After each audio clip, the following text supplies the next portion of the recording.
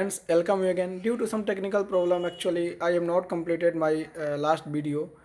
So we will discuss something about cell in this video. We have to read about structure of cell. हम लोग अभी तक बहुत सभी सेल के जो भी आइटम्स जो भी कंटेंट्स हैं उनके नाम सुनते हैं, जैसे प्रोटोप्लाज्म, सेल मेम्ब्रेन, न्यूक्लियस। अब इन सबको इन डिटेल एक एक करके जानने का समय आ गया है कि स्ट्रक्चर ऑफ सेल, आखिर सेल की बनावट होता कैसे है। यहाँ से आपका मेन बेस स्टार्ट होगा इस चैप्टर का। इसको आप अच्छे से देखोगे, समझोगे। विदाउट हेडफोन वीडियो नहीं देखना है। A cell consist following parts like mitochondria, chloroplast, lysosomes, Golgi apparatus, nucleus, cell membrane, cell wall, reticulum, ribosome and centrosomes. एक सेल में बेसिकली इतनी सभी चीज़ें होते हैं। अब हम इनको देखेंगे एक एक करके, और आप लोग नोट्स स्ट्रक्चर ऑफ सेल यहाँ तक लिख लोगे। उसके बाद कुछ डायग्राम्स बनाओगे, जो डायग्राम्स इस पीडीएफ में नहीं है, मैं आपको अलग से दूंगा। उस डायग्राम पर मैं आपको ले चलता हूँ और वहाँ से आपको मैं पहले कुछ चीज़ों को समझाता हूँ। स्ट्रक्चर ऑफ सेल देखेंगे हम प्लांट और एनिमल दोनों का। तो मैं आपको उस डायग्राम के पास ले चलता हूँ पहले। 1 मिनट, सॉरी, प्लांट और एनिमल। यहाँ पे आप इस डायग्राम को देखो। फर्स्टली देखो, इस डायग्राम में आपको एक तो प्लांट सेल का स्ट्रक्चर है और एक आपका एनिमल सेल का स्ट्रक्चर है। इसको ध्यान से देखते हैं पहले। देखो, ये जो सबसे बाहर है ब्लैक दिख रहा है, इसमें इसको बोलते हैं हम लोग प्लाज्मा मेम्ब्रेन। एनिमल सेल में सबसे बाहर जो ब्लैक है, इसको हम लोग बोलते हैं प्लाज्मा मेम्ब्रेन। अब देखो, ये है एक्चुअली सेल मेम्ब्रेन या प्लाज्मा मेम्ब्रेन है। ये सेल वाल आया, ये रॉन्ग है, ये नहीं है, ठीक है। ये सेल वाल नहीं है। एनिमल सेल में सेल वाल नहीं होता, ये सेल मेम्ब्रेन है, ठीक है। सेल मेम्ब्रेन को ही प्लाज्मा मेम्ब्रेन बोलते हैं, ठीक है। ये आपको नहीं है, ठीक है। ब्लैक वाला पार्ट जो आपको दिख रहा है सेल मेम्ब्रेन है, या इसी को हम लोग प्लाज्मा मेम्ब्रेन के नाम से जानते हैं। सिमिलरली प्लांट में भी देखो, ये सेल मेम्ब्रेन है अंदर ग्रीन, ये अंदर जो दिख रहा है यहाँ पे, या इसी को हम लोग प्लाज्मा मेम्ब्रेन या सेल मेम्ब्रेन कहते हैं। तो यहाँ से एक चीज़ आप देखो, एनिमल सेल में सेल मेम्ब्रेन या प्लाज्मा मेम्ब्रेन सबसे बाहर का पार्ट हो गया, बट प्लांट सेल में यह सबसे बाहर का पार्ट नहीं है। प्लांट सेल में सबसे बाहर होता है सेल वाल, ओके। ये बेसिक डिफरेंस आपको प्लांट और एनिमल सेल में एक बेसिक डिफरेंस भी होते चल रहा है, ठीक है। तो first, cell wall plant cell का आउटर मोस्ट कवरिंग पार्ट होता है और सेल वाल नॉन लिविंग होता है, ठीक है, या सेल्यूलोज का बना होता है। वहीं अगर देखा जाए तो एनिमल सेल का आउटर मोस्ट कवरिंग पार्ट जो है वो होता है सेल मेम्ब्रेन। वो क्या होता है? सेल मेम्ब्रेन, या इसी को प्लाज्मा मेम्ब्रेन भी कहते हैं। इसको सेलेक्टिवली परमिएबल मेम्ब्रेन या सेमी परमिएबल मेम्ब्रेन भी कहते हैं। क्यों कहते हैं, आगे के वीडियोज़ में हम डिस्कस करेंगे। तो देखो, सेल मेम्ब्रेन एनिमल सेल में भी है और यह प्लांट सेल में भी है, बट सेल वाल सिर्फ प्लांट सेल में है, यह एनिमल सेल में नहीं है, ठीक है। उनके अलावा आप देखो, माइटोकॉन्ड्रिया यहाँ एनिमल सेल में, प्लांट सेल में उसके जगह पर क्लोरोप्लास्ट होता है। और माइटोकॉन्ड्रिया यहाँ भी है, लेकिन ये छोटा होता है। एक वैक्यूल होगा आपका, देखो इसमें ढूंढो, कहीं ना कहीं वैक्यूल्स होगा। यहाँ पे देखो, प्लांट सेल में वैक्यूल्स बहुत लंबा होता है, जबकि एनिमल सेल में होता भी नहीं है, या होता है तो बहुत छोटा होता है, ठीक है। इनके अलावा और भी ये सब स्ट्रक्चर्स अंदर है, देखो न्यूक्लियस वगैरह। इन सबको हम एक एक करके आगे डिस्कस करेंगे। आप इन डायग्राम्स को पहले डिटेल में बना लोगे, ठीक है। अब बेसिकली एक जो सेल का स्ट्रक्चर होता है, ये तो एनिमल सेल और प्लांट सेल को हमने ऐसे ऊपर ऊपर थोड़ा बहुत देख लिया, ठीक है। इन डिटेल हम एक एक करके इन सबके बारे में पढ़ेंगे। जितने भी आपको टर्म्स दिख रहे हैं सबको देखेंगे, ठीक है। अब जरा एक नॉर्मल सेल का स्ट्रक्चर देखते हैं वो कैसे होता है। देखो, एक नॉर्मल सेल जो है उनका स्ट्रक्चर कुछ इस तरह होता है। जैसे कि ये आपका हो गया, देखो सबसे बाहर का जो पार्ट है दिख रहा है, ये आपका सेल मेम्ब्रेन हो गया। अब ये सेल मेम्ब्रेन तो हो गया। अब अगर ये प्लांट सेल होगा तो इसके बाहर एक और सेल वाल हो जाएगा। बट बेसिक यही है, बेसिक स्ट्रक्चर जो है सेल का यही है। आप उस डायग्राम के बाद इस डायग्राम को बनाओगे, उसके बाद आगे जो पीडीएफ में नोट्स उनको लिखोगे, ठीक है। तो ये आपका जो सबसे बाहर दिख रहा है, ये आपका सेल मेम्ब्रेन या प्लाज्मा मेम्ब्रेन, इसी को प्लाज्मा मेम्ब्रेन बोलते हैं, या सेलेक्टिवली परमिएबल मेम्ब्रेन भी बोलते हैं, ठीक है। SPM, selectively permeable membrane. अगर प्लांट सेल होता तो एक सेल वाल होता है यहाँ पे, नो मैटर, ओके। उसके बाद देखो, अंदर एक है न्यूक्लियस। ये जो दिख रहा है आपको बड़ा बॉल, ये होता है न्यूक्लियस, ठीक है। और न्यूक्लियस को हम कहते हैं ब्रेन ऑफ द सेल, क्योंकि सेल की सभी एक्टिविटी को न्यूक्लियस ही कंट्रोल करता है। अब देखो, ये तो हो गया आपका सेल मेम्ब्रेन और ये हो गया न्यूक्लियस। और न्यूक्लियस जिस लेयर से घिरा होता है, ये बाहर का लेयर दिख रहा है, इसको बोलते हैं न्यूक्लियर मेम्ब्रेन। समझते चलो सब चीज़ों को।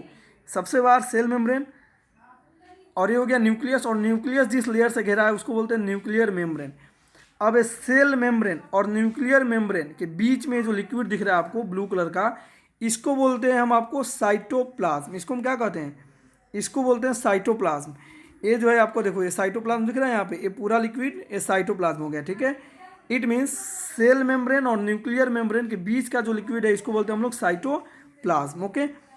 और न्यूक्लियस के अंदर जो लिक्विड होता है उसको बोलते हैं न्यूक्लियोप्लाज्म या न्यूक्लियोसोल, दोनों सेम नाम है, ठीक है। न्यूक्लियोसोल में कुछ सब्सटेंस और ऐड होते हैं, मैं आगे बताऊंगा आपको, बट जनरल वे में जो लिक्विड न्यूक्लियर मेम्ब्रेन के अंदर होता है, देखो न्यूक्लियर मेम्ब्रेन के अंदर जो लिक्विड है उसको बोलेंगे न्यूक्लियोप्लाज्म, और जो लिक्विड सेल मेम्ब्रेन के अंदर उसको बोलेंगे साइटोप्लाज्म। और साइटोप्लाज्म प्लस न्यूक्लियोप्लाज्म दोनों को मिलकर बनता है प्रोटोप्लाज्म, दोनों को मिलकर क्या बनता है, प्रोटोप्लाज्म। देखो साइटोप्लाज्म और न्यूक्लियोप्लाज्म ये दोनों मिलकर क्या बन जाते हैं आपको, प्रोटोप्लाज्म। तो इस डायग्राम से आपको इतनी चीज़ों को लर्न कर लेना है। क्या क्या लर्न करना है कि सबसे बाहर ये सेल मेम्ब्रेन हो गया, या सिर्फ एनिमल सेल में आउटर कवरिंग पार्ट है, प्लांट सेल में सेल वाल होते हैं, ठीक है। सेल मेम्ब्रेन या प्लाज्मा मेम्ब्रेन या लिविंग होता है, जबकि सेल वाल नॉन लिविंग होता है। उसके बाद ये जो लिक्विड दिख रहा है आपको सेल मेम्ब्रेन और न्यूक्लियर मेम्ब्रेन के बीच में, ये हो गया साइटोप्लाज्म।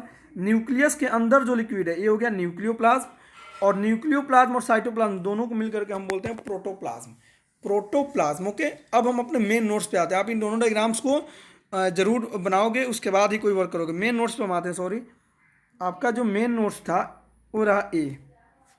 तो यहाँ पे हमने कहीं ना कहीं अगर देखा जाए ओवरऑल तो स्ट्रक्चर ऑफ सेल में देखते हैं, सबसे पहला हमारा था that what is plasma membrane, सबसे बाहर तो प्लाज्मा मेम्ब्रेन ही था। तो देखो द लिविंग, मैंने अभी बोला कि प्लाज्मा मेम्ब्रेन लिविंग होता है। The living outermost covering part of the cell is called plasma membrane, या सेल मेम्ब्रेन, या सेल सरफेस मेम्ब्रेन, या सेमी परमिएबल मेम्ब्रेन। इसका एक और नाम होता है या सेलेक्टिवली परमिएबल मेम्ब्रेन, इसको भी आप यहाँ पर लिख लोगे या सेलेक्टिवली परमिएबल मेम्ब्रेन। अब देखिए आपको प्लाज्मा मेम्ब्रेन में जो होते हैं क्या क्या होता है, प्लाज्मा मेम्ब्रेन आखिर बना किससे है, प्लाज्मा मेम्ब्रेन बना होता है प्रोटीन से। प्लाज्मा मेम्ब्रेन में प्रोटीन होते हैं 10%, फिर कोलेस्ट्रॉल होते हैं 15%, और फॉस्फोलिपिड्स होता है आपको 75%। उसके बाद आगे की नोट देखते हैं, दैट प्लाज्मा मेम्ब्रेन कंटेंस, ओ जो अभी बताया वहीं यहाँ पे नोट्स है, ठीक है। अब देखेंगे plasma membrane are flexible in nature, plasma membrane nature में फ्लेक्सिबल होता है। एक्चुअल में प्लाज्मा मेम्ब्रेन हमारे बॉडी में कहाँ पे है, हमारा जो स्किन है, चमड़ी, इसको बोलते हैं प्लाज्मा मेम्ब्रेन, यही है प्लाज्मा मेम्ब्रेन, ठीक है। प्लांट सेल में ये होता है, और हमारे ऊपर कोई सेल वाल नहीं है, लेकिन प्लांट सेल में सेल वाल होते हैं। जो सबसे बाहर जो दिखता है आपको, जिसपे पपरे, जिसको हम लोग अपने भोजपुरी बोलचाल की लैंग्वेज में बोलते हैं, वहीं तो है सेल वाल, उसी को बोलते हैं। सेल वाल नॉन लिविंग होता है, जो सिर्फ प्लांट सेल में होता है। Plasma membrane is the outermost layer only in animal cell, मैंने अभी बोला कि सिर्फ और सिर्फ एनिमल सेल में ही plasma membrane outermost layer होता है, जबकि प्लांट सेल में आउटर मोस्ट लेयर क्या होता है, सेल वाल होता है, न कि सेल मेम्ब्रेन। प्लाज्मा मेम्ब्रेन को ही सेल मेम्ब्रेन कहते हैं, इसमें आपको कंफ्यूज नहीं होना है। प्लाज्मा मेम्ब्रेन ही सेल मेम्ब्रेन है, और सेल वाल अलग है। सेल वाल सिर्फ प्लांट सेल में होता है, सेल वाल एनिमल सेल में कभी भी एग्जिस्ट नहीं करेगा। अब आगे देखते हैं हम आखिर इस प्लाज्मा मेम्ब्रेन के फंक्शंस क्या होते हैं। देखो हमारा स्किन क्या करता है, गैसों को इन आउट करता है, O2 CO2, पसीने जो होते हैं उनको इन आउट करता है। तो प्लाज्मा मेम्ब्रेन का काम यही है कि यह डिफ्यूजन प्रोसेस के द्वारा गैसों को और अदर मटेरियल्स को इन और आउट करता है सेल से।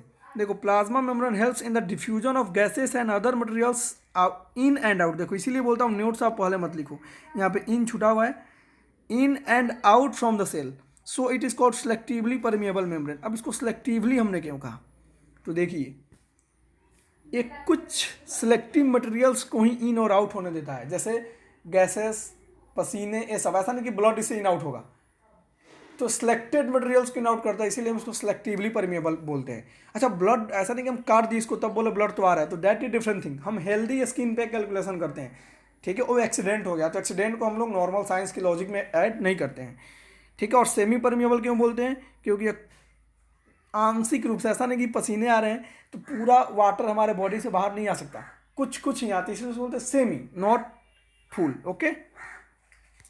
तो यहाँ पे आपका हो गया प्लाज्मा मेम्ब्रेन का फंक्शन। अब मैंने दो वर्ड यूज़ किया यहाँ पे, डिफ्यूजन। तो जब भी डिफ्यूजन होगा तो ऑस्मोसिस भी आएगा, तो इन दोनों को पहले हम समझ चलते हैं कि डिफ्यूजन और ऑस्मोसिस आखिर में होता क्या है। आखिर आपको क्लिक करना चाहिए कि that what is diffusion, what is osmosis. तो मैं इन दोनों के बारे में थोड़ा आपको बता देता हूँ, फिर आपको आगे की टॉपिक्स पे ले चलेंगे, ठीक है। तो देखते हैं पहले दैट व्हाट इज डिफ्यूजन। हम अपना मेन टॉपिक पे आएंगे, पहले इनको देख लें कि डिफ्यूजन और ऑस्मोसिस होते क्या हैं। तो प्लाज्मा मेम्ब्रेन का फंक्शन आपको पता चल गया होगा कि यह सिलेक्टेड मटेरियल्स को इन और आउट होने देता है बॉडी से, और कुछ क्वांटिटी में ही आने देता है, इसलिए इसको सेमी भी बोलते हैं। और लोकेशन आपको पता चल गया। अब ऑस्मोसिस क्या होता है, तो आपने डिफ्यूज़न सुना होगा। पहले हम डिफ्यूज़न को देखते हैं ज़रा इस डिफरेंस के थ्रू, फिर हम ऑस्मोसिस पे आएंगे।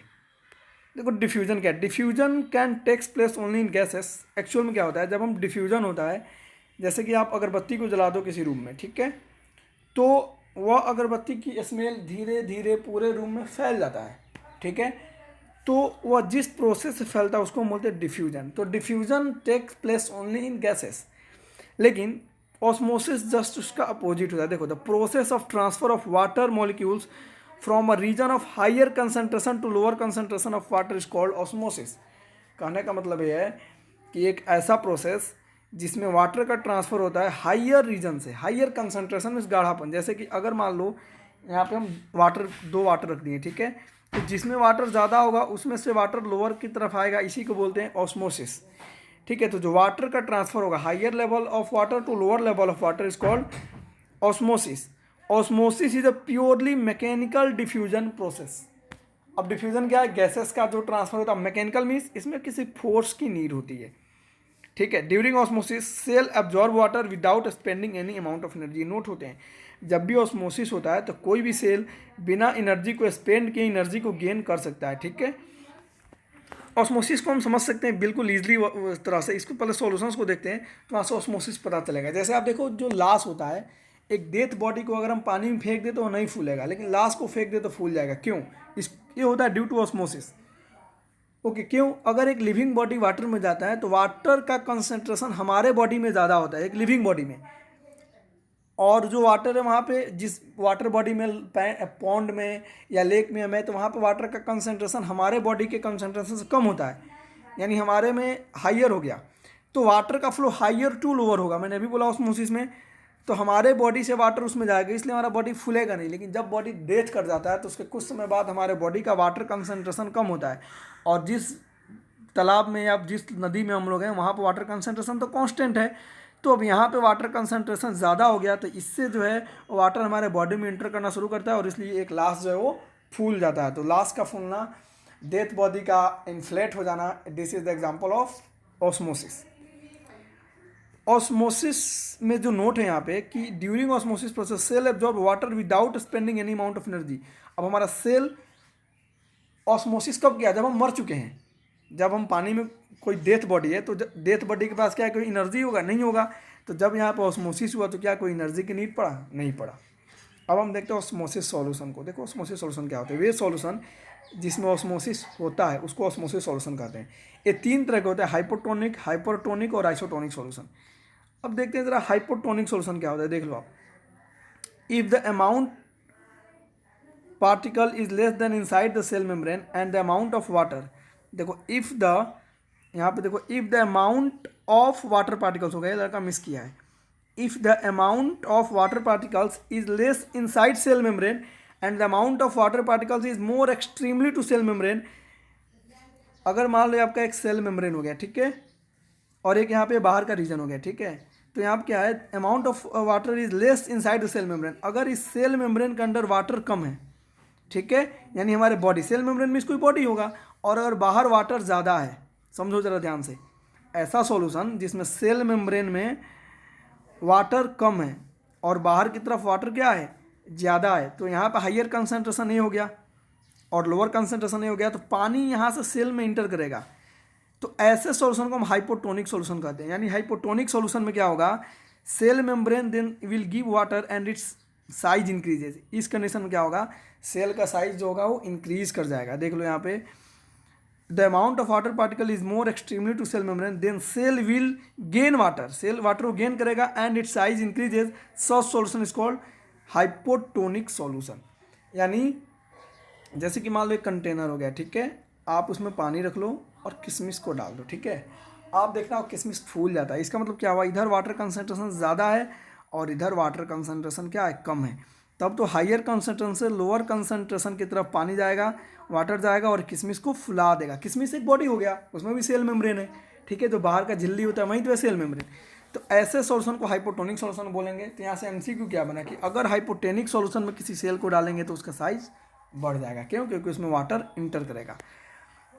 जैसे देखो यहाँ पे मैं डायग्राम के थ्रू बताया हूँ, यहाँ पे पानी अंदर जा रहा है सेल में, okay. Hypotonic solution is more concentrated. अब हाइपोटोनिक सॉल्यूशन ज़्यादा कंसनट्रेटेड यानी उसमें ज़्यादा तरह से सोल्यूट होते हैं। अब बात करेंगे हाइपरटोनिक सॉल्यूशन, तो जस्ट इसका अपोजिट होगा। एक कंडीशन क्या होगा, मान लो कि जब सेल में पानी ज़्यादा हो और बाहर पानी कम हो, तो सेल से पानी बाहर आएगा और ये सेल पिचक जाएगा, इसको बोलेंगे hypertonic solution.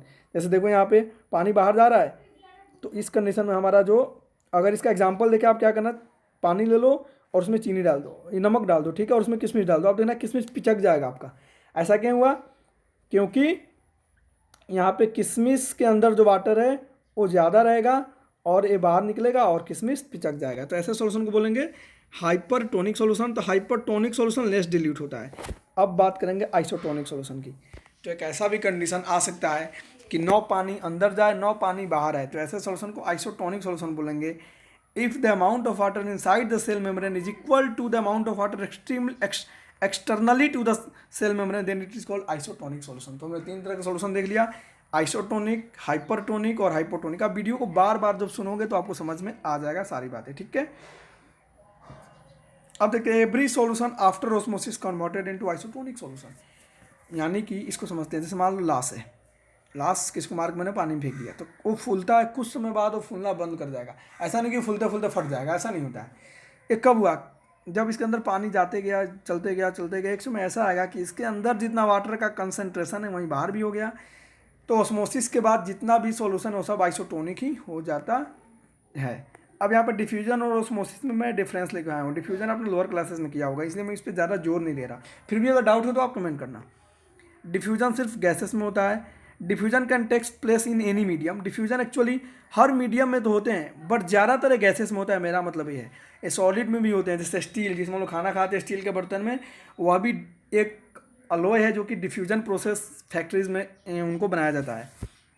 Osmosis can takes place only in liquid medium, ठीक है। The diffusing molecules may be solid, may be liquid, may be gas. The osmosis molecule is always liquid, अभी मैंने आपको बोला। In it semi permeable membrane is not required. देख लो, क्या diffusion में सेमी परमिएबल मेम्ब्रेन की नीड है? हम रूम में अगर बत्ती को जला दिए पूरा रूम में फैल गया। ये मेनली गैसेस में होता है तो सभी में, बट ज़्यादातर गैसेस में होता है, ठीक है। समझ में आ रहा है ना?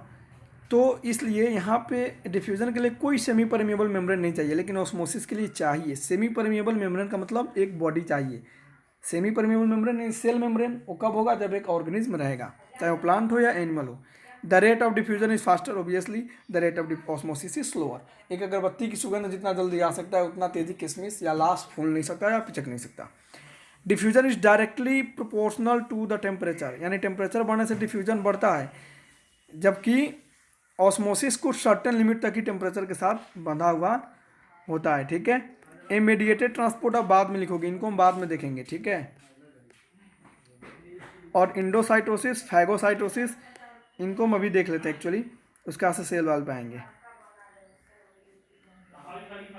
देखो मीडिएटेड ट्रांसपोर्ट क्या होता है एक्चुअली, इनके लिए जब मैं आपको माइटोकॉन्ड्रिया पढ़ा दूंगा तब बताऊंगा इसे, ठीक है। आप इसको अभी रहने दो, क्योंकि वहाँ पे पढ़ लोगे तो ज़्यादा सही होगा आपके लिए, ठीक है। और ये देख लेते हैं हम, इंडोसाइटोसिस को देख लेते हैं, यहाँ से देखते हैं हम। देखो, द प्रोसेस ऑफ इंगेस्शन, इंगेस्शन मीन्स होता है अंदर लेना, जैसे हम भोजन को मुंह में डालते हैं, इसको बोलते हैं ingestion. Which takes place through cell membrane is called endocytosis, ठीक है।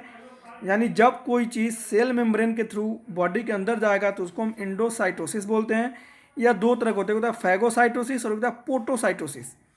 फैगोसाइटोसिस में देखो क्या होते हैं, the process in which unicellular organism takes solid particles inside the body through cell membrane is called phagocytosis. It is also known as cell feeding.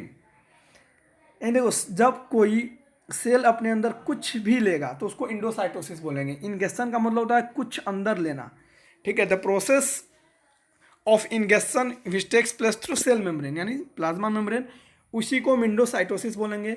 यानी जब cell कुछ भी अंदर लेगा तो उसको इंडोसाइटोसिस ही बोलेंगे। अब यह दो तरह के होते हैं, एक फैगो और एक पोटो। तो जब कोई सेल सॉलिड पार्टिकल को अपने अंदर लेता है तो उसको फैगोसाइटोसिस बोलते हैं। इसको सेल फीडिंग भी बोलते हैं, क्योंकि सॉलिड मीन्स खाना, फीडिंग फूड फीडिंग। और पोटोसाइटोसिस में क्या होता है, जब कोई सेल लिक्विड पार्टिकल्स को लेगा। जैसे देखो, in amoeba cell feeding takes place, example है आपका सेल फीडिंग का, यानी फैगोसाइटोसिस का। In multicellular animal during the transfer of sperm cell feeding takes place. देखो एक्चुअल में होता क्या आपका, फैगोसाइटोसिस या सेल फीडिंग ज़्यादातर यूनिसेलुलर एनिमल में ही होता है, क्योंकि हमारा सेल मेम्ब्रेन डायरेक्ट किसी सॉलिड को अंदर नहीं लेता। जैसे मान लो आप अपने स्किन पे कोई सॉलिड रख दो, आप मान लो ईंट रख दो, क्या अंदर जाएगा? नहीं जाएगा। आप स्नो का टुकड़ा रख दो, वो अंदर जाएगा कब? जब वो पिघल करके लिक्विड बनेगा तब। यानी हमारा सेल मेम्ब्रेन जो है वो कभी भी, लिसन, हमारा मतलब मल्टी सेलुलर एनिमल का सेल मेम्ब्रेन कभी भी सॉलिड पार्टिकल को सेल के थ्रू अंदर नहीं लेता है। फैगोसाइटोसिस सिर्फ यूनिसेलुलर में ही होते हैं, जैसे अमीबा वगैरह, वो भोजन को घेरते हैं और घेर करके खा जाते हैं। लेकिन एक केस होता है मल्टी सेलुलर में जब फैगोसाइटोसिस होता है, वो कब? तो जब स्पर्म का ट्रांसफर होता है। स्पर्म पता है ना, मेल सेक्स जब होते हैं तो स्पर्म निकलता है, वह डायरेक्ट फीमेल के वेजिना में इंटर करता है, ठीक है। तो वहाँ पे सेल फीडिंग का एग्जाम्पल माना जाता है। अब बात करेंगे potocytosis, the process in which unicellular organism takes place liquid particles inside the body through cell membrane is called potocytosis. इसको सेल ड्रिंकिंग भी कहते हैं, क्यों? क्योंकि यह लिक्विड जा रहा है। Amoeba show cell drinking, we also show cell drinking. जैसे आप स्नो रख दो, कुछ स्नो का कुछ लिक्विड जो हमारे सेल के अंदर जाएगा, बहुत स्लो प्रोसेस है। तो ये आपका दो टाइप हो गया। इंडोसाइटोसिस का मतलब ये होता है सेल के अंदर कुछ ना कुछ लेना।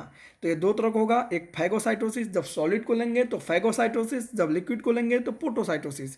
इसको बोलेंगे सेल ड्रिंकिंग, इसको बोलेंगे सेल फीडिंग। नेक्स्ट देखते हैं हम एक्सोसाइटोसिस के। आप देखो इंडोसाइटोसिस तो हमने अंदर लिया, अब ये क्या है? The process of excretion. Excretion means बाहर निकालना, जैसे यूरिन, सुसु करना, ये सब एक्सक्रेशन होते हैं, ठीक है।